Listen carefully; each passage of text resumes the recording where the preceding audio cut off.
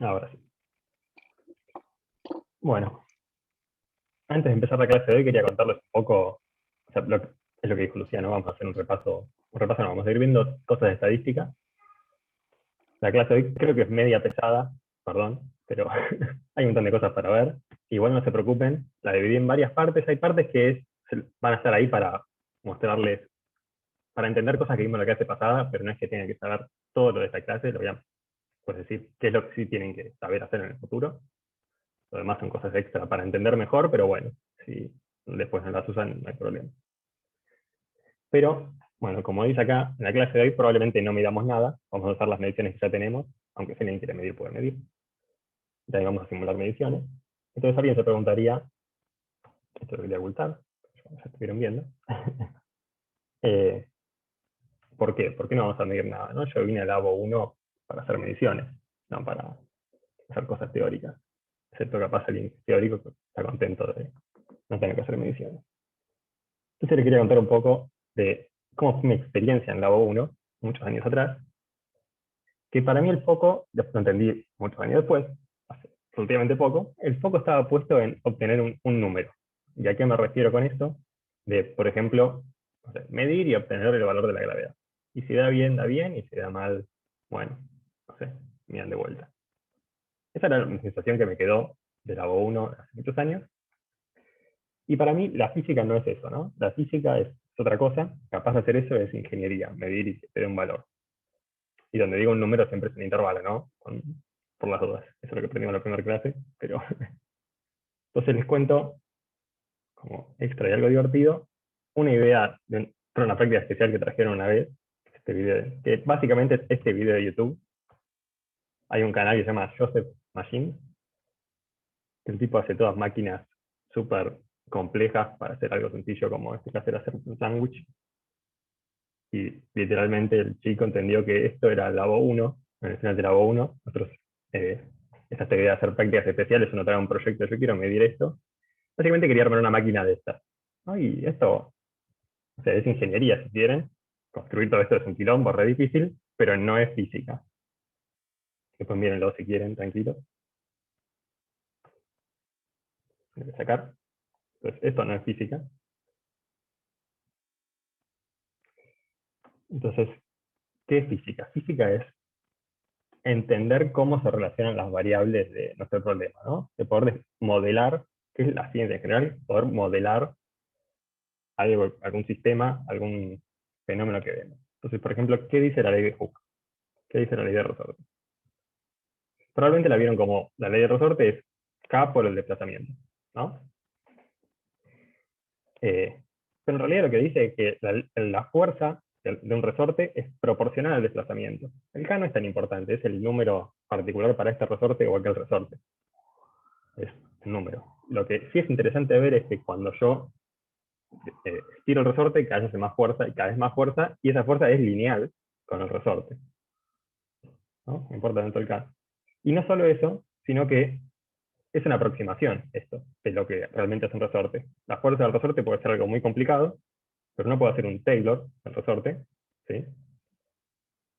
El valor de la fuerza en algún punto, la derivada primera, esto va a dar un número por X, entonces esta fórmula de acá, cortar hasta acá, pero uno podría seguir expandiendo y encontrando una aproximación de orden superior para la fuerza del resorte, ¿sí?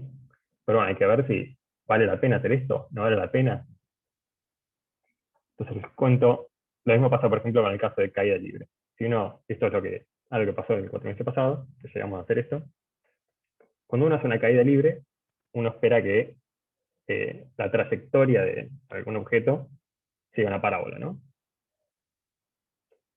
Pero eso vale si no hay rozamiento con el aire. Si hay rozamiento con el aire no va a seguir esto. Y la pregunta es, ¿podemos ver eso? ¿Podemos ver rozamiento con el aire en Labo 1? Bueno, si medimos así nomás, no. Para poder ver esto tienen que medir bien y analizar bien los datos, ¿no? Sacarle todo el jugo, toda la información a los datos. Y eso es la idea de la clase de hoy, ver cómo las mediciones que hicimos en la clase pasada se pueden analizar aún mejor para sacarle aún más jugo, sacar más precisión de los datos. Y probablemente estoy viendo los resultados de la encuesta que, a ver, acá. A 16 les dio que consistente con la gravedad, a 8 no les dio consistente con la gravedad, a el resto no contestó la encuesta, pero bueno, no somos 24, ¿no? Entonces yo esperaba que probablemente les dé distinto de la gravedad, o sea, capaz no, capaz lo hicieron bien, pero capaz hoy, aprendiendo esta nueva técnica para aún sacarle más información a los datos, les dé distinto de la gravedad y después hay que ver dónde estaba el error, qué es lo que hicimos mal, cómo podemos corregir eso. Bueno, entonces les cuento un esquema de la clase de hoy. Vamos a discutir esas preguntas de las encuestas de la clase pasada, que eran cuál es la diferencia entre la desviación estándar y el error del promedio. Si era más preciso medir esto en el ángulo máximo o en el ángulo centro, o en el centro del péndulo. Esto de medir periodo y multiplicar por 2, hubo dos respuestas distintas, no hay un consenso de si era válido o no. Bueno, y si les dio consistente con la gravedad. Y la clase está dividida en estas 4 partes. La primera parte de introducción a probabilidades y estadística. Yo para explicarles esto de cuál es la diferencia entre la desviación estándar y el error del promedio, por qué hay un error del promedio, por qué hay un error de la desviación estándar, no encuentro ninguna otra manera que hacer una pequeña introducción a probabilidades y estadística y entender el concepto de que haya un valor real. Después, comparar mediciones. Habíamos aprendido a comparar mediciones como si los intervalos se solapan o no. Bueno, en estadística es un poco más gris la forma de comparar mediciones. Vamos a ver eso después. Entonces, esta parte, de la primera parte, van a entender algo que ya expliqué, entender conceptualmente cuándo usar uno y cuándo usar el otro. De acá sí van a llevarse algo nuevo, que es cómo comparar mediciones. Después hay una parte que es de correlaciones, que de ahí yo lo voy a contar, pero de ahí probablemente no se tienen que llevar nada, más que esto existe y es importante. Capaz en el final de la clase, si me acuerdo, les doy un ejemplo de qué pasa, una tesis que yo vi que no tuvo en cuenta las correlaciones y concluyó, bueno, estos métodos no los puedo diferenciar, pero en realidad se podían diferenciar perfecto con la información que tenía, solo que no estaba teniendo en cuenta la correlación de los datos, que ahora después lo vamos a ver. Y finalmente, va a haber una parte que es de cuadrados mínimos, que es la nueva técnica, bueno, ya más o menos, antes lo mencioné, esto de cuadrados mínimos, pero vamos a ver cuadrados mínimos un poco más general, que nos va a servir para analizar aún mejor los datos. Y como actividades, la clase, cada vez que terminamos estas secciones, vamos a hacer actividades que es o responder preguntas a partir de cuentas que tengan que hacer con los conceptos que vimos, o hacer unas simulaciones, que yo les preparé un notebook en Google Colab, pero bueno, si no pueden también analizar los datos en Origin, por lo menos uno de los dos casos, que es este de cuadrados mínimos, lo pueden hacer en Origin también, aunque quieren usar Origin. Bueno, obviamente, interrumpan cuando quieran para hacer preguntas, que sean un poco interactivos, si no se va a poner pesada la clase. Ahí cuando pase más o menos una hora, paren media, hacemos un intervalo.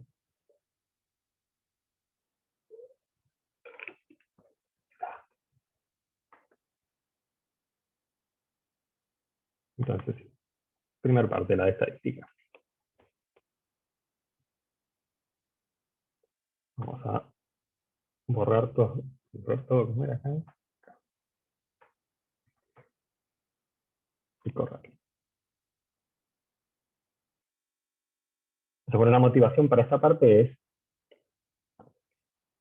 lo que llevamos atrás es cuando las mediciones no se repiten dentro del mismo intervalo, dado por la resolución instrumental, es que hay otras fuentes de error, y lo que aprendimos es a cómo valorar esas fuentes de error, ¿no? Que primero uno tiene que repetir las mediciones múltiples veces para poder obtener una medida de este error. Luego uno arma un histograma y se fija si tiene forma de campana. ¿Y por qué si tiene forma de campana o no? Bueno, después lo vamos a ver más adelante. Pero si tiene forma de campana, dijimos la podemos resumir como un centro y un ancho, donde para el centro calculábamos el promedio, para el ancho calculábamos la desviación estándar, ¿sí? Y gráficamente podríamos pensar que estamos reemplazando nuestro histograma por este siguiente intervalo, que es acá. ¿No? El histograma era la forma de campana y el intervalo, cuando calculamos el promedio de la desviación estándar, sería este intervalo de acá, alrededor de 10 más menos 1. Que claramente no tiene en cuenta todas las mediciones, ¿no? Hay mediciones que quedan afuera. Dicen, ¿qué pasa entonces? Si una medición cae fuera de ese intervalo, ¿es que está mal? Bueno, no, es más gris. Vamos a ver cuál es la interpretación correcta de esta, que es que estamos aproximando nuestro histograma por una distribución normal o gaussiana. Vamos a ver después. La gaussiana tiene dos parámetros, mu y sigma, que uno estima, lo vamos a ver de vuelta con más detalle, como el promedio de la desviación estándar. Entonces la idea es que estamos aproximando en este histograma por esta distribución, esta función continua, que está descrita por estos dos parámetros, ¿sí? Que ajusta muy bien el histograma, pero claro, porque yo ahora generé los datos a partir de esta distribución gaussiana.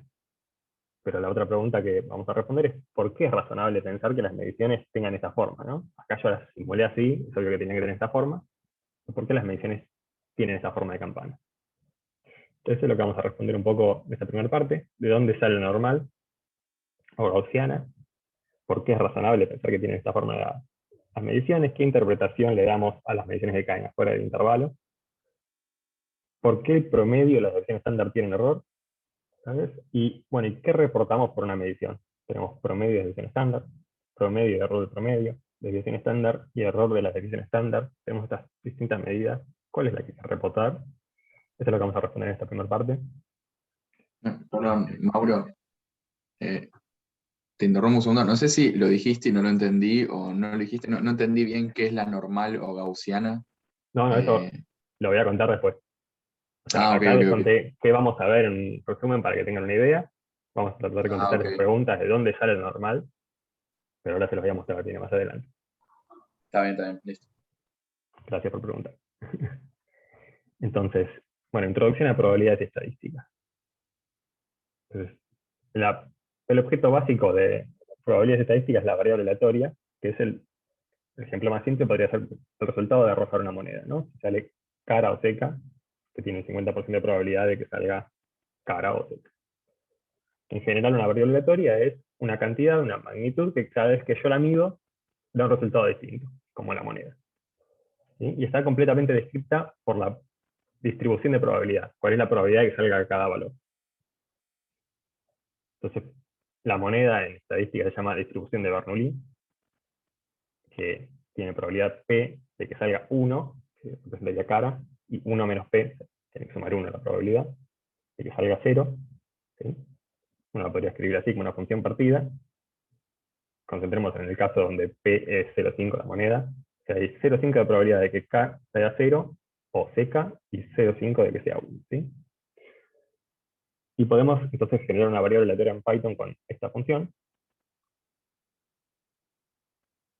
O sea, me está diciendo, me falta acá ponerle un parámetro P igual 0,5, porque no es una moneda genérica, que podría tener distinta probabilidad de que salga cara y seca. Entonces, con esto podemos generar una variable aleatoria en Python para después simularme, tirar la moneda o hacer otras cosas. Una de las cosas que podemos hacer es preguntarle cuál es la probabilidad de que salga 0, es un medio, y que salga 1, que la cara es también un medio. ¿Sí? Podemos realizar experimentos con esta función RBS. A la moneda le pedimos, tira la moneda, dio 1, tira la moneda de vuelta, dio 1, dio 0, 1, etc. Podemos tirarla muchas veces, tira 5 veces la moneda, dio seca, seca, cara, seca, cara. ¿Sí? Entonces pregunta 1, ¿cómo estimarían la probabilidad de que salga cara y seca de esta moneda? ¿Qué harían ustedes? Esa es la parte interactiva. Ver cuántas veces me salió cara y cuántas veces me salió seca y hacer un promedio. Eso es con lo que estuvimos viendo hasta ahora, creo. Sí, o sea, podríamos tirarla, o sea, primero tenemos que tirarla muchas veces, ¿no? Y después contar cuántas veces salió uno y cuántas veces salió el otro, ¿no? O sea, armar un histograma. Como el ejemplo del dado que creo que habían dado al principio, que estaban todos los números y se armaba un histograma. Mm. Entonces, con esto lo tiramos muchas veces, armamos un histograma. Entonces vamos a ver los pins a mano, porque si nos pasa. Entonces, bueno, casi de las 100 veces, un poco menos de 50 salió 0 y más de 50 salió 1. Bueno, mejor capaz de hacerlo así, con esta función. El histograma no está muy pensado para variables discretas. Ahí está. 55 veces salió 0, 45 veces salió 1. Yo volví a tirar, otra vez, algo distinto, ¿no? 49 veces 0 por 51 veces 1. Mientras más veces tiro, más cerca va a estar de los valores reales, que es mitad y mitad. Igual, al ser aleatorio, no podríamos saber antes de tirar la moneda cuál iría a salir. Porque después de tirarla muchas veces es como que, Claro, esa es la idea, ¿no? O sea, todos sabemos que tiene que salir mitad de las veces uno y mitad de las veces otro, pero después cuando la tiras te puede salir 10 veces seguida cara, ¿no? Y cuando vos, bueno, la segunda pregunta era cómo calcularían esto, qué es la probabilidad de que salga cara.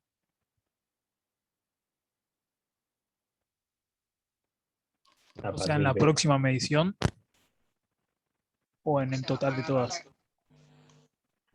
o sea, Agarrar la cantidad de veces que te dio cara y le dividís por el número de medición. claro, haríamos eso, ¿no? ¿Todo eso suena razonable? Sí. Entonces, otra forma de hacerlo es así. Esto es un vector de 0 y 1, puedo sumar ese vector y me suma todos los 1. Entonces 517 veces salió, vamos a hacer así. Ahora 400 veces de 1000 salió cara, y le divido por el total. O en otras palabras, hago un promedio. ¿Sí? Entonces fíjense que cada vez que yo tiro 1000 monedas, calculo el promedio, no me da 0.5, que es el valor real, ¿no? Pero bueno, porque tiro un número finito de veces. Mientras más veces tire, más se va a acercar, ¿no? Fíjense que ahora siempre da 0.50 y los decimales, los últimos son los que varían. 0.49.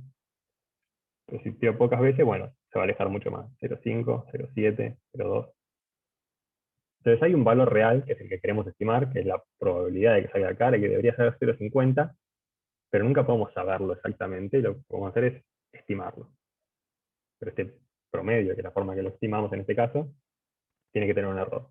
Por eso estaba este del error del promedio. Lo contamos en la clase anterior. Pero con Ajá. una serie no converge. Sí, o sea, si vos tirás infinitas veces la moneda, esto convergería a 0.5. Esa es una de las interpretaciones en la estadística. Pero después en la práctica vos nunca haces infinitas mediciones de algo, ¿no? Y la idea es, bueno, ya que no puedo hacer infinitas mediciones, ¿cómo sé qué tan lejos quedé? ¿Cómo le asigno un error a ese valor? Ese es el error del promedio que vimos en la clase pasada. ¿Sí? Ok. ¿Sigo o alguien más tiene una pregunta de esto por ahora? Vamos a seguir con la misma idea, pero con otras cosas, con otras distribuciones, hasta llegar a la normal, que es la que aproxima nuestras mediciones. Ya vamos a ver por qué. Pero bueno, otro ejemplo de una variable aleatoria simple con la que estamos más familiarizados es un dado, ¿no? Un dado de 6 caras, que bueno, se llama uniforme discreta porque todos los valores tienen la probabilidad en un dado, y discreta porque son valores discretos del 1 al 6. Entonces hay otra variante de esta distribución que es continua, que puede dar cualquier número entre 0 y 1. No es importante ahora, pero para generar un dado en Python podemos usar esta función de scipy-stack, y le decimos que vaya de 1 a 7, porque 7 no lo incluye, en realidad llega hasta 6. Probémosla, tiramos el dado 5 veces y vemos que salen números entre 1 y 6. Se lo pueden usar para jugar a la general en la compu, lo más cómoda, más rápido, más aburrida, capaz, venimos a tirar los dados. Entonces de vuelta. Si tiramos muchas veces el dado y armamos un histograma, podemos ver esto de la distribución, de qué tantas veces salió 1, que me quedó muy grande, qué tantas veces salió cada dado, ¿no? Otra vez el histograma no está preparado para eso, entonces hay que hacer un par de modificaciones, como alinear las columnas para el costado y achicarlas, porque en realidad solo cuenta acá, en el medio no hay nada. Y después uno puede comparar con qué valor esperaba. ¿Y qué valor esperaba? Un sexto en cada uno de los valores, ¿no? Lo veo aquí acá. fíjense, obviamente, pasa lo mismo, no da exactamente un sexto cada el 1, el 2, el 3, el 4, el 5 y el 6. Va a ir variando. Mientras más veces tiremos el dado, más se va a acercar. No, si tiro 1.000.000, espero que le bien esto. Bueno, ya casi no vemos diferencias. Entonces, por eso también el promedio después dependía el error del promedio dependía de la cantidad de mediciones que hacemos. Mientras más mediciones, mejor vamos a haber estimado el promedio. Entonces, podemos calcular el promedio de una distribución de probabilidad. Esto de acá sería como una distribución de probabilidad, ¿no? Bueno, si lo normalizamos, normalicémoslo.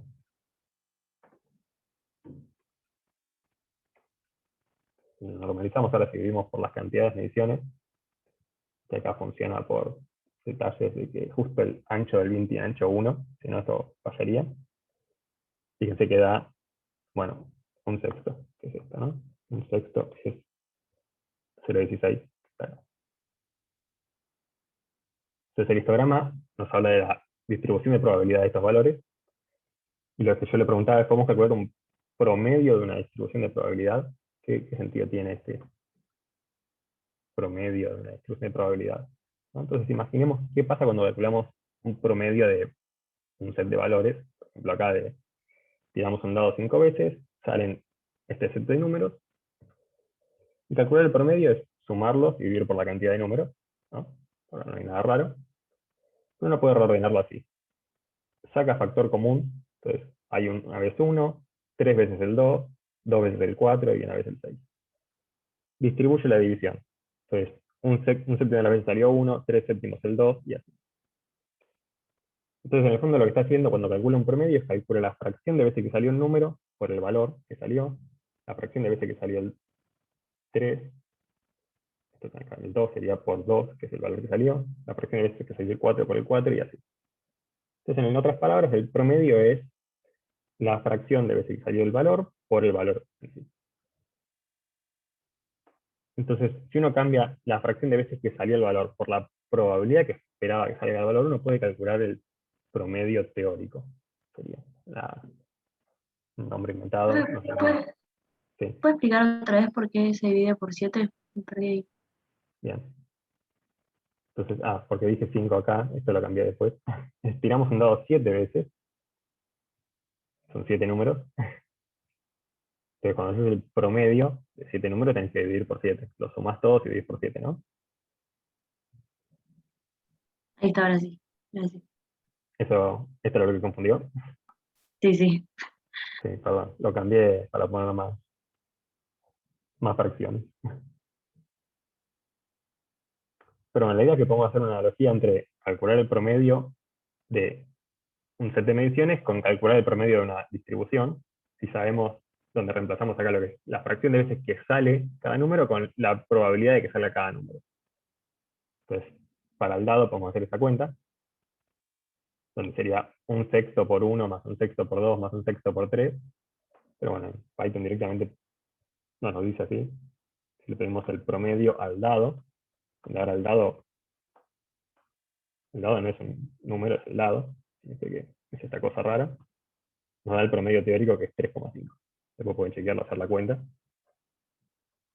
Y uno estima este promedio, bueno, tirando el dado muchas veces, calculando el promedio, ¿no? Y como se imaginarán, bueno, justo ahora dio 3,5. Pero si lo hago de vuelta, ahora nos da 3,5. Va variando. Pero otra vez, mientras más veces tire el dado, lo tiro 10.000 veces, bueno, ahora va a estar muy cerca de 3,5. Entonces, o sea, cuando uno calcula un promedio, en el fondo está estimando un valor real del promedio, ¿sí? Y por eso el promedio tiene que tener un error. Y ya calculamos cuánto vale ese error, que es sigma sobre raíz de n, ¿no? El error del promedio, ¿se acuerdan de la clase pasada? Hemos hecho las cuentitas y llegamos a un valor de este que es sigma, el sigma de los datos, sobre la cantidad de datos que hay. que el error depende de, y lo podemos ver fácilmente, lo que mostramos recién. Cuando aumentamos la cantidad de datos, cada vez se acerca más al valor real, que es 3.5. Pero, ¿qué es sigma? ¿No? Acá les muestro eso de que depende. Pero, ¿qué es sigma? Bueno, de la misma manera que está el promedio teórico, está la desviación estándar teórica. Cuando uno calcula la desviación estándar, bueno, podrían hacer la misma analogía de cuando hace el cálculo de la desviación estándar con mediciones, pensar como fracciones de mediciones, y uno termina llegando a que la fórmula es esta, pero ahora tiene la probabilidad de que salga cada valor, y cada valor después es el valor menos el valor medio, este es el promedio teórico. Bueno, es análogo, o sea, así como hay un promedio teórico, hay una desviación estándar teórica, que es la que uno trata de aproximar cuando calcula la desviación estándar. ¿Sí?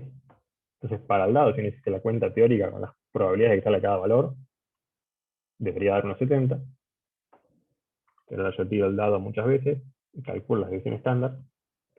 Bueno, 1.44, 1.26, 1.5.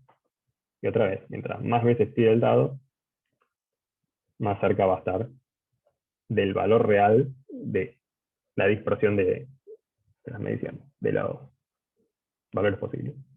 ¿Sí? Y la otra clase habíamos contado.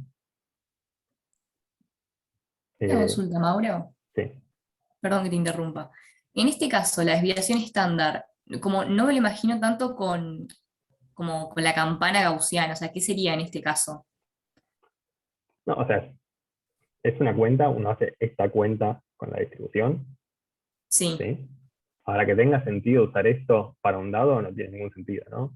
¿Por qué alguien describiría esto con un dado con esto?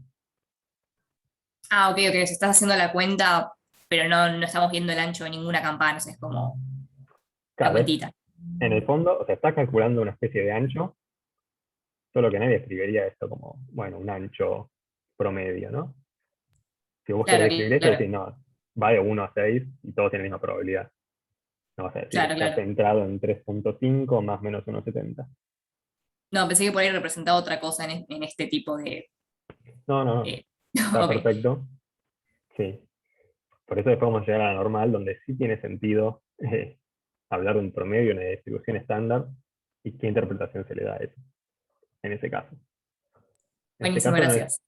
no, perfecto. En este caso era solo para mostrarles que hay un valor real y que uno lo estima después a partir de los datos, de las mediciones.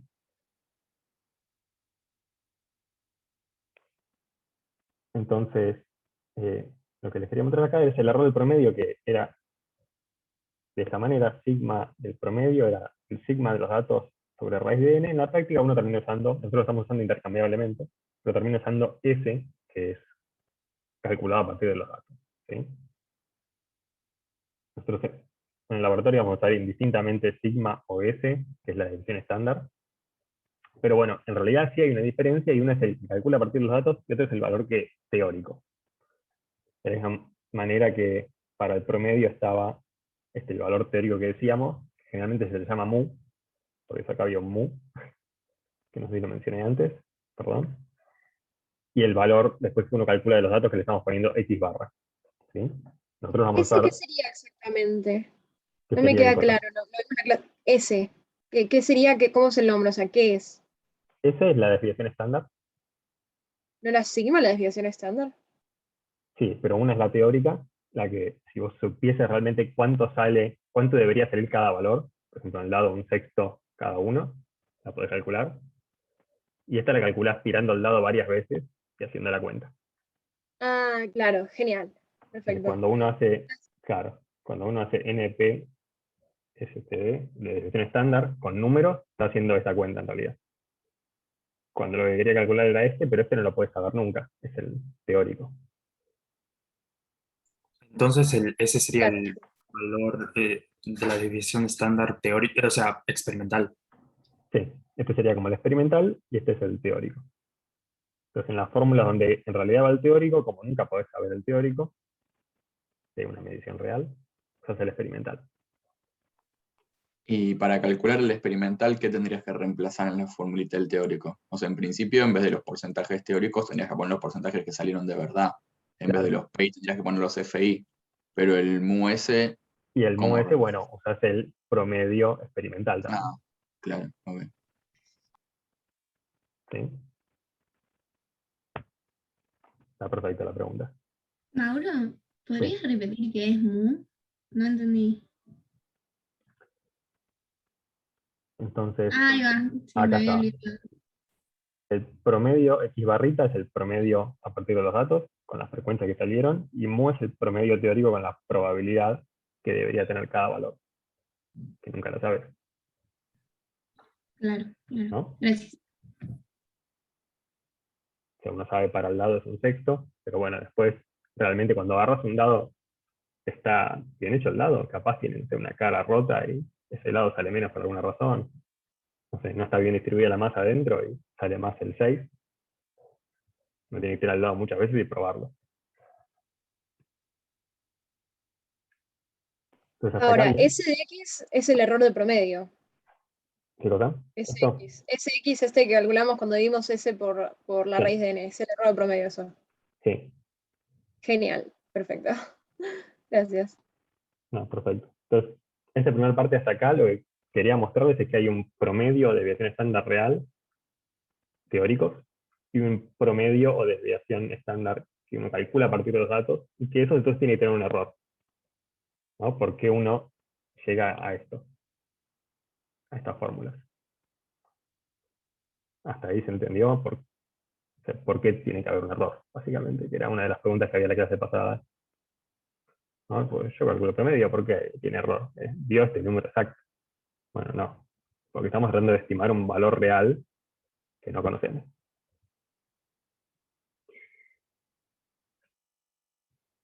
Bueno, entonces ahora sí vamos yendo para el lado de lo normal. Álgebra de variables aleatorias. La suma de los dados. ¿Qué pasa si en lugar de tirar un dado, ahora definimos otra variable aleatoria que es la suma de crear dos dados? Yo tiro dos dados, dan dos números y los sumo, ¿no? ¿Qué forma tiene esta distribución? ¿Cuál es el valor mínimo que puede tomar la suma de dos dados? 2. 2. ¿Y el máximo? 12. 12. 12. Claro, ¿no? ¿Y qué probabilidad tiene cada valor? ¿Cuál es la probabilidad de que salga 2? ¿Cuál es la probabilidad de que salga 12? ¿Probabilidad de que salga 7? ¿Es igual para 1 todos? sobre 36. No, el 1, el 2 y el 12 van a tener menos porque lo puedes formar solamente con esos dos dados y hay números que lo vas a poder formar con varios dados. O sea, va a tener más probabilidades, ¿no? Claro. Bueno, vamos a ver si eso es cierto. Entonces yo lo voy a hacer así. Otra vez, me un dado y voy a tirar el dado, dos dados 5 veces. Entonces tiene que ser que me genera una tira de números. Y lo que voy a hacer es sumarlo pila por pila. Que es así. Entonces fíjense, 2 más 1 es 3, 1 más 4 es 5, 6 más 5 es 11. Y esto lo voy a hacer un montón de veces. Voy a hacer un histograma. Y sí, ya no es el dado que vimos antes, es esta forma con forma de triángulo. Donde el 2 es el que menos probabilidad tiene, porque la única forma de hacerlo es que saquen 2, 1. Pero el 7 hay muchas formas de hacerlo. Es 1 y 6, 2 y 5, 3 y 4, 4 y 3. Entonces, sumar variables aleatorias le cambia la forma de la distribución. Antes eran cuadraditos, ahora es un triángulo. ¿Sí? ¿Qué pasa si sumamos n dados ahora? Entonces, si sumamos un solo dado, o sea, no sumé nada en realidad, tenemos el dado. Si sumamos 2, tenemos el triangulito que vemos arriba. Si sumamos 3, empieza a aparecer una campana. 4, 5, 6, cada vez se parece más a una forma de campana, ¿no? Se lo voy a comparar con la gaussiana, también introduje de dónde sale, o sea, qué es exactamente, pero lo voy a comparar con una gaussiana. Entonces, aproximar un dado por una gaussiana, claramente no tiene mucho sentido, la gaussiana es la curva naranja, pero dos dados ya es más razonable, 3 cada vez más razonable, y así. Mientras más variables aleatorias tengo, suma de variables aleatorias, más razonable es aproximarlo por una gaussiana. En el infinito, uno llega a la gaussiana, si tuviese una suma de infinitas variables aleatorias. En la práctica nunca tenés infinitas variables aleatorias, pero ya con 3, 4 es muy razonable aproximarlo por una campana, ¿no? No sé qué les parece.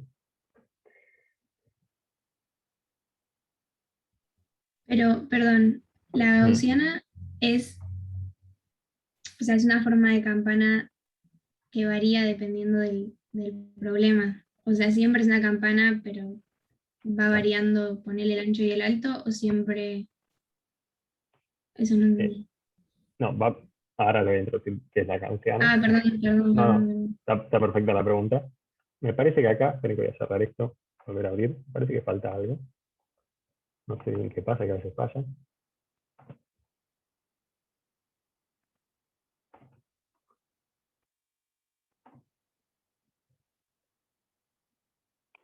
Faltaba el título nomás. Distribución normal o gaussiana.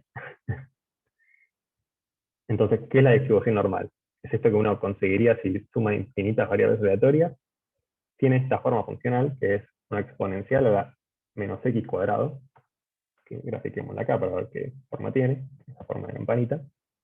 No es cualquier campana, ¿no? Es esta forma particular de una campana, es a la menos x cuadrado.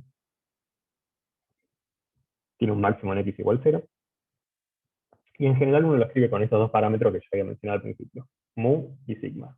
Mu controla el centro de la distribución. Yo voy a cambiar x por x menos mu. Fíjense que acá en la normal quedó la exponencial de x menos mu. Entonces cuando antes el máximo estaba en 0, ahora tengo que poner x igual mu para que el exponente se haga 0. Entonces el máximo ahora está en mu. Y bueno, de la misma manera uno puede pensar que sigma controla el ancho. Estoy dividiendo acá por sigma, y si cambio sigma, puedo cambiar el ancho de esta campana. Entonces voy a invertir un medio acá que es importante para poder interpretar sigma como la desviación estándar. Y además la van a ver escrita, si la buscan en Wikipedia, con un factor acá adelante, que no es tan importante, pero es para que el área de la campana valga 1.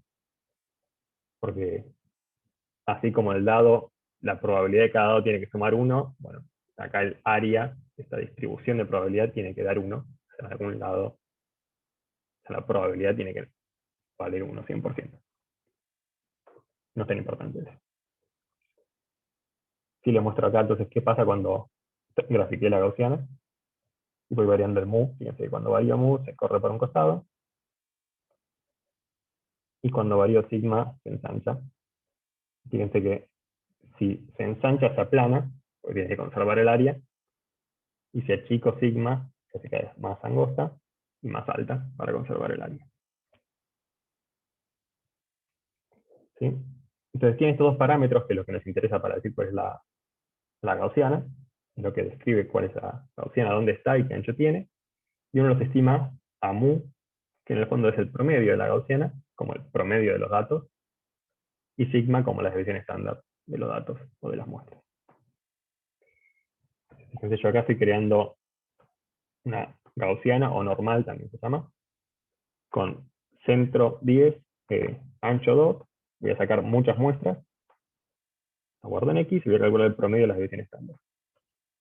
Y sí, tiene que dar más o menos 10, porque estaba centrado en 10, y más o menos 2, porque tenía ancho 2. Otra vez, no da exacto, porque es una cantidad finita de muestras. Entonces el promedio de la desviación estándar tiene que tener un error. ¿Sí? Pero bueno, lo que preguntaban antes de por qué sentido tiene esto de hablar de un sigma para el lado. Bueno, no tiene mucho sentido resumir las mediciones en un promedio de desviación estándar para todo tipo de experimentos. Y por ejemplo, bueno, uno estaba lo del dado. ¿No? Uno no describiría esto como una campana, como un centro y un ancho. Pero les doy otro caso que estuvimos más cerca en la práctica de verlo, que es la distribución del diámetro. Entonces, el diámetro medido de una manera particular. Siempre es importante esto, este detalle es importantísimo. Les puse una nota para leer más del tema. Bueno, la paradoja de Bertrand y otras cosas. Pero no voy a entrar en eso. Hay que definir correctamente el proceso que genera los datos, la forma que uno midió, para poder después hablar de probabilidades y hacer estadísticas. Entonces, un buen método para medir el diámetro era ese de apoyar la regla en un borde del círculo, pivotear la regla hasta que encontraban el máximo. Entonces ese era el diámetro, ¿no? Ahora, ¿qué pasa si uno no sigue ese método y lo que hace es, bueno, apoyo la regla donde me parece que está el diámetro y mido ese valor? Y lo vuelvo a hacer muchas veces. ¿Sí? ¿Qué distribución podríamos tener? Bueno, yo digo que podrían tener este tipo de distribución. Entonces, el diámetro real, imaginen que es este. Yo lo que digo es que puede pasar algo así. ¿No? Nunca van a medir un diámetro más grande del verdadero, pero sí, si le erraron el diámetro, van a medir que el círculo tiene un diámetro más chiquito. ¿No? ¿Les parece razonable? Que se podrían encontrar con esto, si repiten mucho ese experimento. Sí, sí. Bueno, voy a tomar el silencio como sí. Entonces fíjense Sí, que sí. esto, uno en el fondo lo que quiere estimar acá es el valor real del diámetro que es línea naranja, y para esto, si uno calcula el promedio le va a dar por acá. El promedio no es una buena manera de describir esta medición, ni es una buena manera de estimar lo que uno quisiera saber a partir de esta medición. Es mismo que la desviación estándar. O sea, aproximar esto por una campana no tiene sentido. Entonces, cuando uno está calculando un promedio, generalmente lo que cree es que sus datos tienen forma de campana y que el valor que quiere saber está en el medio de esa campana. Pero pues, no siempre va a pasar eso. Hay que entender de dónde salen los datos, hay que verlos, hacer un histograma y verlo.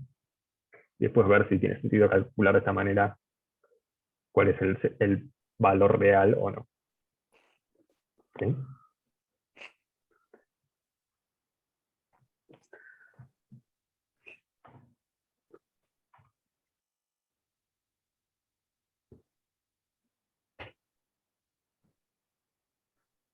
Bueno, entonces acá viene la interpretación estadística que le damos a esto de la campana y qué es sigma.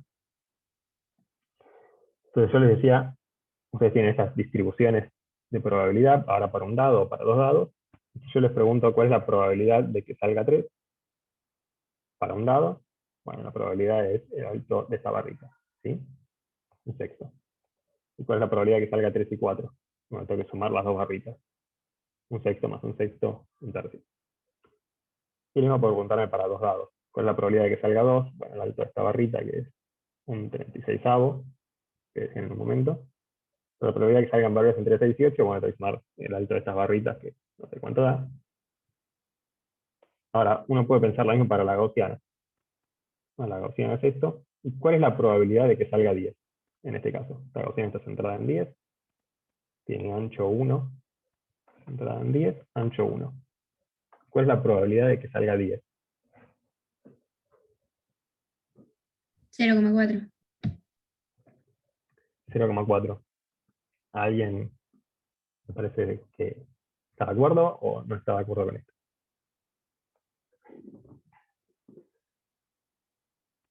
¿Están todos de acuerdo? Yo estoy de acuerdo, pero yo lo dije. Perfecto. Bueno. Entonces, si yo puedo sacar en un intervalo continuo de números, ¿cuál es la probabilidad de que salga un número cualquiera? ¿No? El 0.00003. ¿Cuál es la probabilidad de que salga el, no sé, No, casi nulo. 10,00004? Ahí tenemos muchísima suerte, ¿no? Es un número cualquiera, tiene probabilidad 0, ¿no? Porque hay infinitos números en todo este rango. Entonces, a diferencia del caso anterior, que era discreto, obviamente si les hice la pregunta es porque no es obvio, quería ver qué decían. En este caso que es continuo, la probabilidad de que salga un número es 0. Lo que uno tiene que hacer es preguntarse por la probabilidad de que salga en un intervalo, que entonces va a ser la integral de alguna región de esto. Por ejemplo, ¿cuál es la probabilidad de que salga desde menos infinito hasta 10? Va a ser la integral desde menos infinito hasta acá de esta curva, que me preguntaban qué pasa cuando al histograma le poníamos density igual true, ¿qué tenemos que poner en el eje y?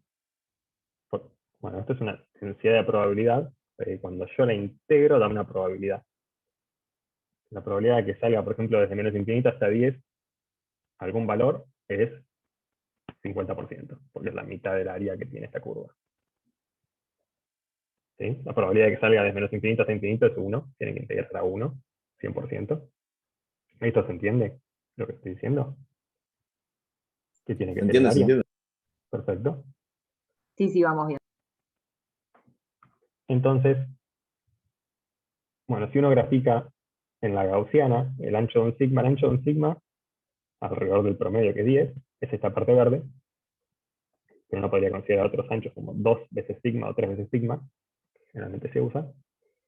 Entonces ¿cuál es la probabilidad de que un valor salga entre el promedio más menos un sigma, que es la zona verde? Es la integral de esto, y su integral vale el 18%. Entonces hay chances de que salga fuera un valor, no está mal. O sea, 2/3 de las veces tiene que salir acá adentro, pero 1/3 de las veces tiene que salir afuera.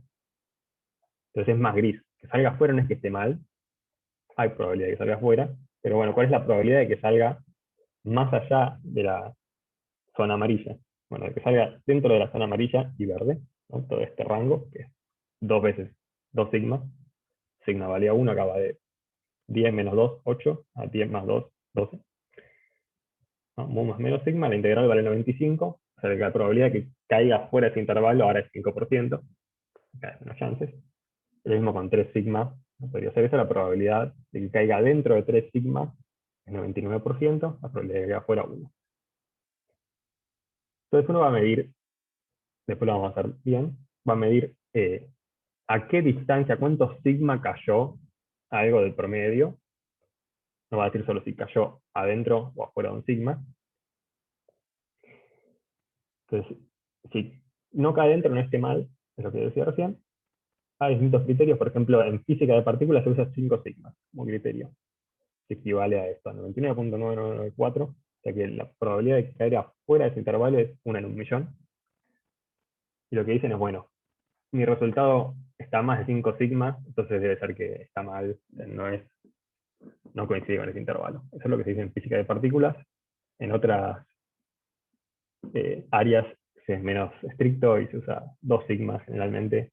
No sé si escucharon intervalo de confianza de 95% o no.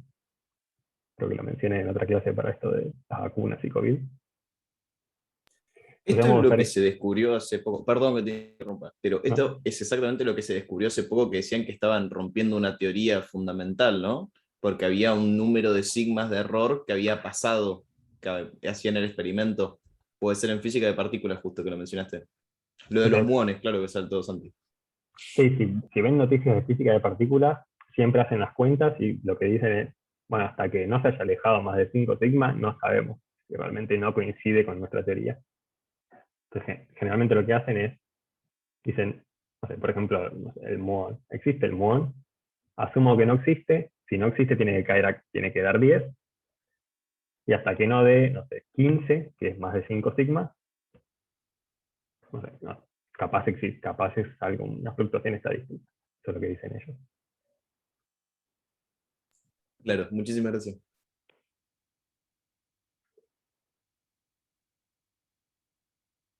Bueno, entonces, esto después lo vamos a ver otra vez de vuelta para las mediciones que hicimos la clase pasada, a ver a cuántos sigmas les quedó el valor real, por ejemplo, la gravedad, pero por ahora sigamos con la interpretación física de esto vimos que hay como diferentes mediciones que uno puede hacer sobre los datos, el promedio, la desviación estándar, y uno puede asignar el promedio al error del promedio o a la desviación estándar del error de la desviación estándar.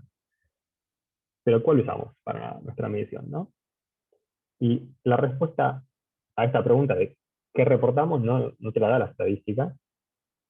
La estadística lo que le da es herramientas para analizar los datos, pero no les dice cuál usar, qué concluir a partir de los datos.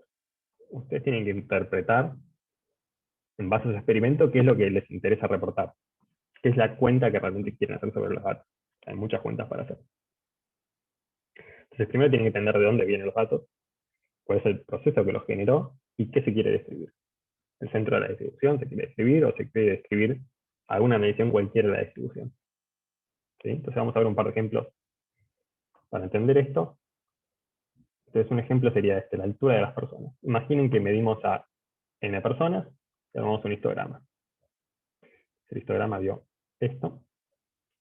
Acá marqué lo que sería el promedio y una desviación estándar, que es el área roja, y el promedio y el error del promedio es esta bandita verde.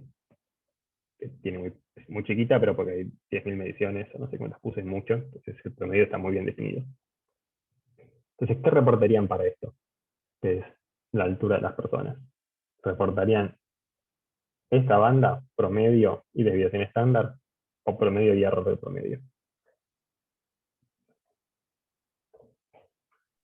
Y no, desviación estándar. Porque Desviación es demasiado estándar. chico. Todos votan por esa, alguien vota por la otra.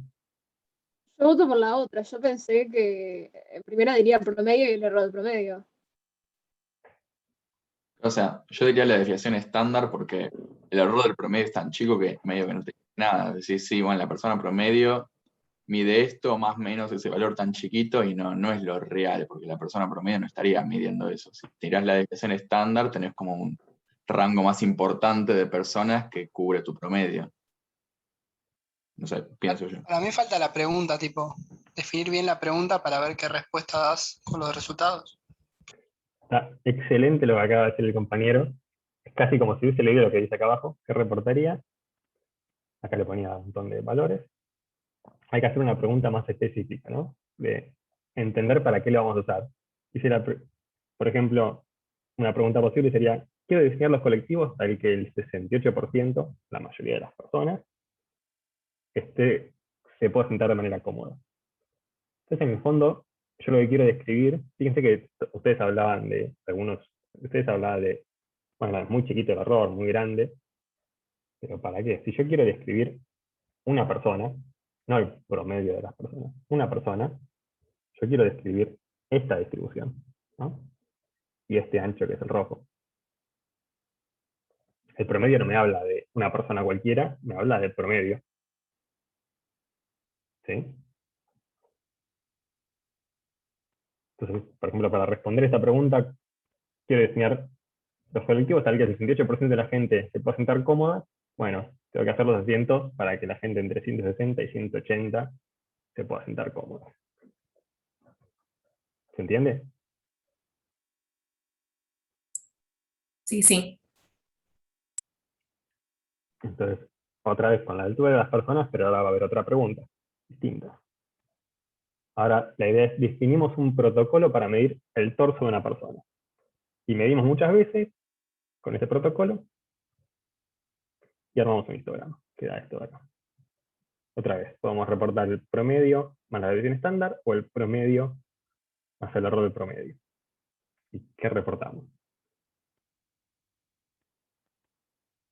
Depende para qué quieras medir. Si querés Depende hacer una para qué quieras remera que le medir. entra a todo el mundo, necesitas la desviación estándar, y si querés el promedio estricto del torso, tal vez reportas el error del promedio. Bueno, perfecto. Perfecto. O sea, siempre hay que preguntarse qué quiero reportar, o sea, para qué, ¿no? ¿Para qué? Y ahí entiendo qué voy a usar. En este caso, las mediciones representaban de una sola persona que medí muchas veces con este protocolo. Por eso fíjense que, bueno, se puso un error bastante grande, de casi 1 centímetro. Entonces en promedio daba 80, más o menos entre, no sé, o sea, cada medición daba entre 79 y 81, el 68% de las veces que medía esta persona, medía una persona sola. No todas las personas tienen un torso de 80 centímetros. Yo creo que tengo 80 centímetros, que soy alto. Entonces acá estaban todos los valores posibles que uno podría reportar. Pero si uno quiere hacerle un traje a esta persona, ¿qué reportaría? ¿Verde o rojo? Verde. Verde. Con el Verde. error de promedio. ¿No? Es como, bueno, ya que medimos a esta persona 1 millón de veces, hacemos el promedio, el mejor valor que sabemos del torso de esta persona. Ahora, si el sastre quiere usar este protocolo para medir a otra persona, ¿qué error cometerá? ¿Qué le dirían? ¿Este protocolo qué error tiene?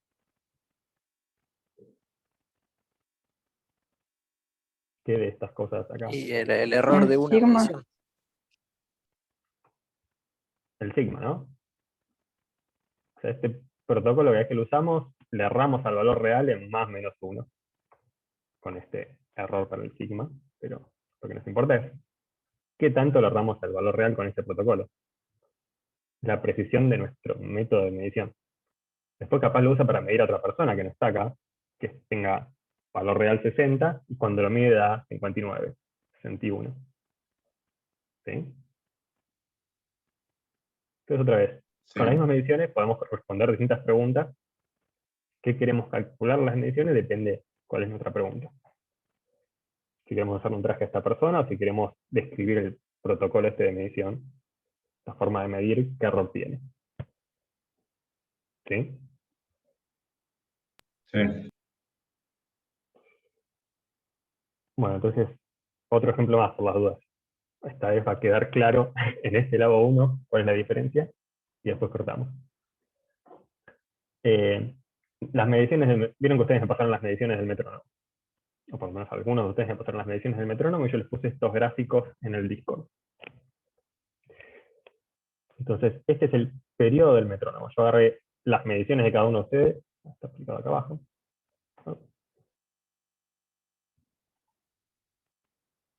Y el de arriba. Acá. Cada barrita de estas representa las mediciones de alguno de ustedes. Y acá en naranja yo grafiqué cuál es el valor real del periodo, que lo sabemos gracias a Franco, que hizo este análisis con el programa de audio. Entonces sabemos que era 1.09 el valor real. Pero bueno, si yo quiero acá comparar con el valor real, ¿qué es lo que creen que hice con cada una de esas mediciones? ¿No? Cada barrita esta representa a uno de ustedes. ¿Qué hice con esos datos? ¿Qué estoy reportando ahí? El Estás promedio. reportando el promedio y la desviación estándar sería como la rayita. O sea, La desviación tienen estándar. una forma gaussiana cada uno de nuestros cositos, histogramas. Bueno. Y alguien, o sea, el promedio seguro, eso está bien. ¿Y alguien cree que en lugar de la desviación estándar usé el error del promedio? Yo. Bien. Entonces tendríamos que hacer una encuesta, a ver, hay dos opciones. Pongan, no sé, en el chat. Después hacemos encuestas en Discord. ¿Quién cree que es uno y quién cree que es el otro? No entendí la pregunta, perdón. Bien, yo agarré cada una de estas barritas, ustedes me pasaron, no sé, 10, 40 mediciones del periodo, y yo quiero ver cuál era el periodo real que tenía el metrónomo, que lo sabemos gracias a Franco, que es esta barrita. Entonces yo sus mediciones, tengo que calcular dos cosas a partir de ellas. Una de las que hice es el promedio, que es el centro de cada una de estas barritas, pero el ancho de esta barrita, yo lo quiero comparar con el valor real. ¿Qué error le tendría que asignar a ese promedio? O sea, ¿qué ancho tendría que asignar acá de error del valor real? El error del promedio de todas las mediciones de las diferentes personas. Estaba esa opción, que es la que hicieron sus compañeros, y estaba la otra opción que dijeron al principio, que es, no, usar la desviación estándar. ¿Qué representa la desviación estándar y qué representa el error del promedio?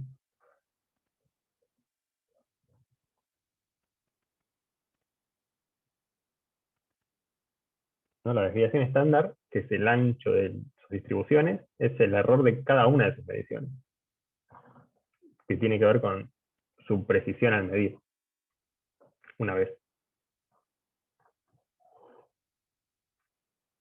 Pero el error del promedio tiene que ver con el error de, bueno, yo calculo un promedio de sus mediciones, qué error tiene ese valor con respecto al centro real de donde deberían estar sus mediciones. Mauro, te paso una pregunta, capaz Por es favor. una pavada, pero ¿no se puede como promediar el error del promedio y la desviación estándar si ves que no está en ningún extremo de esos que decís vos? En el ejemplo de del colectivo, ponele. No. Ok. No sé si el sentido de media, creo que no. Son cosas distintas. O sea, desviación estándar mide el error de cada uno de sus valores y promedio mide, a partir de todas las mediciones que hicieron, qué también pueden estar estimando el centro de sus mediciones. Entonces, en este caso, como yo quiero hablar del valor real, no me interesa qué tan preciso medían cada una, es, bueno, a ver qué tan preciso está alrededor del valor que estaban midiendo, ¿no? Alrededor del promedio.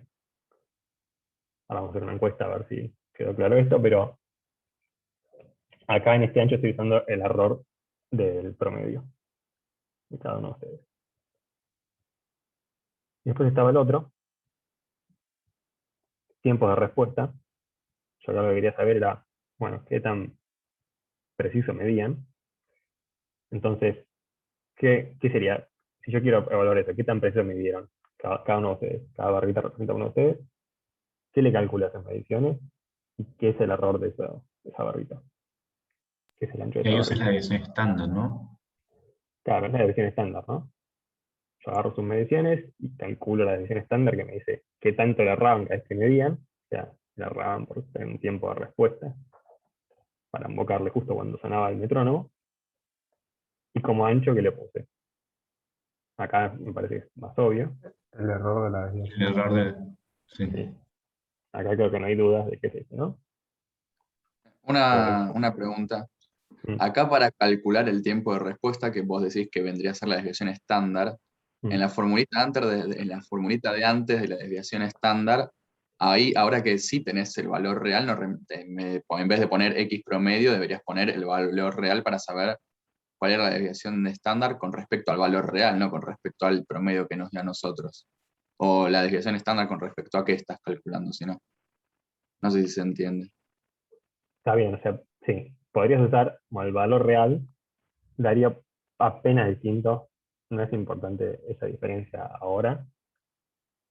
Yo calculé la desviación estándar que calcula el promedio de sus mediciones y a partir de eso calcula las distancias a su promedio.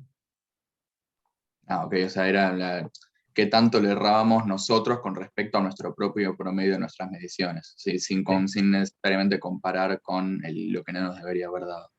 Claro, sí. Ok, gracias. Está Pero, perfecta la pregunta. Mauro, perdón, Sí. te voy a hacer otra pregunta. No me terminó de cerrar cómo calculaste la desviación estándar acá. Tipo, vos agarraste y es como si hubieras hecho un histograma de cada uno de nosotros y Sí. ahí me diste la desviación. Sí. Ah, ok. Dale, gracias. Sería como análogo a esto, ¿no? De esto que decíamos, medir la altura de una persona muchas veces. Bueno, hay un valor real para esa persona, pero cada vez que medí de algo distinto. Entonces, este ancho tiene que ver con qué tan poco preciso era el método para invocarle siempre el mismo valor. Que es lo que yo quiero medir. Claro, pero ese puntito que pusiste, o sea, entiendo el procedimiento, no entiendo muy bien cómo interpretar el gráfico. ¿Ese Está puntito bien. es nuestro promedio o es nuestra... O sea, eso no entiendo Ese bien. puntito es, pues, cada uno de esos No, datos, este entiendo. El otro sí, digo. perdón. Cada uno de esos Ah, datos daba algo así. Yo calculé ese ancho, ¿sí? Y ese ancho es cada uno de esos puntitos del centro.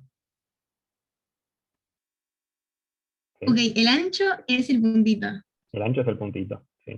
Ok, ya entendí.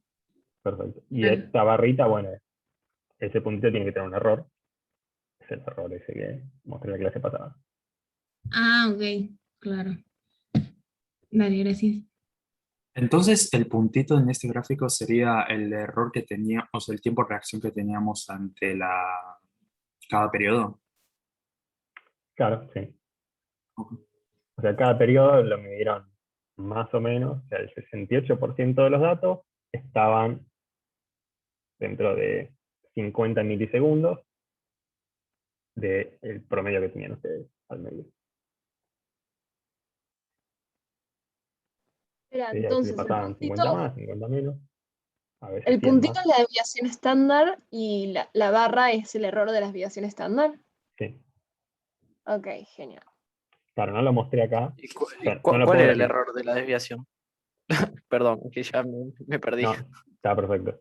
Sí, hay muchas cosas. O sea, no lo puedo graficar en esto, ¿no? La desviación estándar representa este ancho y el error representa, bueno, si el ancho era hasta acá o hasta acá. No lo podía graficar muy bien acá. Ah, ok, sí, no, está bien, no pasa nada, pero no, la fórmula tenía ahí su fórmula, por ahí. Sí, la fórmula la conté en la clase pasada, no sé si lo escribí acá en algún lado, pero era parecido a esto, pero era con 2n-1. Ah, sí, creo que me lo acuerdo. Perfecto, gracias. También salía de propagar. Bueno, entonces, Mauro, ¿te puedo hacer una pregunta sobre esto? sí. Porque antes cuando hablamos de diferentes criterios para la desviación estándar, como que en física de partículas usaban 5 veces la desviación estándar. ¿Y eso cómo sería en el tiempo de respuesta? O sea, ¿por qué tomas un sigma? Digamos. No, o sea, siempre uno calcula la desviación estándar, ¿sí? Después está bien, puedo usar múltiplos para decir, o sea, yo uso una desviación estándar, es el 68% de sus mediciones estaban a más o menos 50 milisegundos. Bueno, más o menos 50 milisegundos. Pero bueno, podría ser que estén a 100. O sea, el 95% de mediciones tendría que estar a más o menos 100, que es 2 veces sigma, y así. No podría usar distintos criterios para decir, bueno, usa un múltiplo después, para evaluar si coinciden o no cuando hagamos comparación de mediciones, que lo vamos a hacer después. Ok. ¿Sí? Bueno, y decía preguntar, a partir de estos datos, ¿qué creen que puse acá? Pero capaz ya me confuso. Vamos a seguir. Pero el que quiere lo puede contestar en el Discord. Entonces les voy a poner estas 4 preguntas para que contesten a partir de sus datos. Voy a poner una encuesta en general, que es basándonos en los experimentos que hicimos en la clase anterior, que medimos el periodo de un péndulo, como medida del error de una medición del periodo del péndulo, ¿qué usaría de estas 3 cosas? El error instrumental, la decisión estándar de los periodos, o la decisión estándar de raíz de n, el error del promedio. Después, otra pregunta es para reportar el intervalo, donde esperan que caigan el 68% de las mediciones, que son mediciones del periodo del péndulo, ¿qué usaría estas 3 cosas? Para reportar el intervalo donde cree que está el periodo real que estaban midiendo, al medio muchas veces con el péndulo, ¿qué usaría? Y después, para comparar esto de las precisiones de los métodos cuando medían en el centro o en los extremos, ¿qué usaría? Lo pongan en el Discord, contesten, piénsenlo, contesten la encuesta y hagamos una pausa y después seguimos.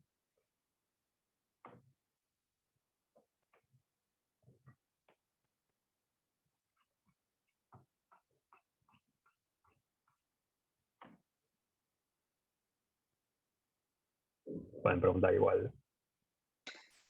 Eso iba a decir, si tienen alguna duda pueden preguntar igual, ¿no? Hacemos un pequeño intervalo, pero si quedó alguna duda de esta primera parte, la pueden preguntar para no avanzar por ahí, o quizás después, bueno, se aclara mejor, pero si quedan dudas.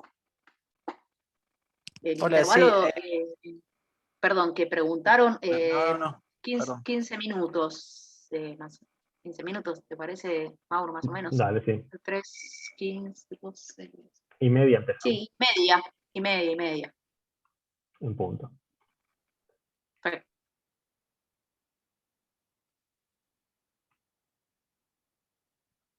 Mauro, tengo una pregunta cortita. Ahí creo que la última pregunta que ahora vamos a tener que responder por Discord hablaba sobre el tema de precisión. O sea, acá, ahora estamos hablando de todos estos temas, ¿ya no hablamos más de error relativo? O sea, porque yo creo que ahí entre las opciones no estaba eso, y eso fue una de las cosas que con nuestro grupo también discutíamos, como con el tema de precisión, si meternos en error relativo o no. Está perfecto. O sea, fíjate que vos podrías hablar del error relativo, pero en el fondo estás midiendo el mismo valor de periodo, ¿no? Con 2 métodos distintos, pero tendría que dar lo mismo. Entonces el error relativo te tendría que dar lo mismo. No podés Claro, dividir bueno, sí, el sigma, en este caso, sobre el valor que estabas midiendo. bien, pero, o sea, en estas situaciones así no se tiende a usar mucho, se tiende a expresarlo más así como vos decías. O sea, para hablar de precisión no se tiende a usar tanto el error relativo, o lo podríamos usar. Bueno, podrían usarlo. O sea, en el fondo después querían, o sea, tendrías que calcular después el error del error relativo, propagar para después comparar si uno es más preciso que el otro, no te hacía falta. Si lo usaras para medir capaz distintas cosas, sí. No sé, si midieras un periodo de 1 segundo con un método y el otro uno de 10 segundos, capaz pensás que es peor el otro, pero en realidad como estás viendo algo más grande, mejor, en términos Claro. relativos, depende de qué quieras comparar. Bien, perfecto. Bueno, ahí voy a ver la encuesta ahí en el Discord. Vale. Por las zonas que están ahí, recuerden que esta primera parte, que capaz fue confusa, era todo para entender por qué el promedio tiene un error, por qué es razonable que las mediciones tengan forma de campana, y por qué cuándo usamos cada uno. ¿Te paso una pregunta sobre la campana? Cuando hacemos la integral, que definimos, viste, no sé, de un intervalo a b, metes la integral, no está dividido por nada esa integral, es literalmente integrar ese intervalo en la función que tenés y te da la distribución, porque yo había visto que la distribución en la integral se divide después por la integral de vuelta o algo así medio raro. No. Es integral. No, es la integral de la función de Gauss.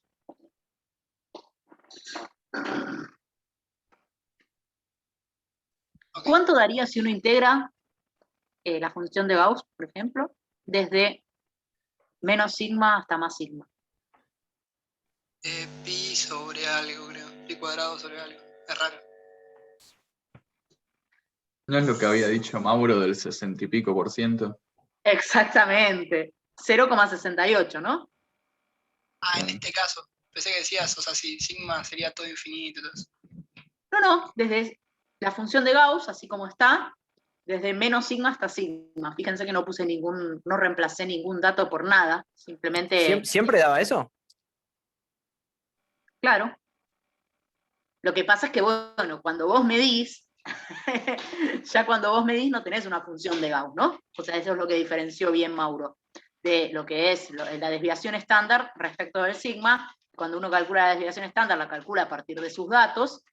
Entonces, en general, sus datos, algo que mida infinito, estos datos no forman una distribución exactamente una campana de Gauss, sino que tiende a la función de Gauss. Con lo cual, si uno quisiera hacer, cosa que no lo van a hacer, la integral desde menos el sigma de ustedes a más el sigma con lo que es un histograma que le hacen ustedes, bueno, estaría aproximado, ¿no? La teoría hace que con la función de Gauss, desde menos sigma hasta sigma, lo que estemos hablando es justamente de 0,68. Es aproximadamente el 68%.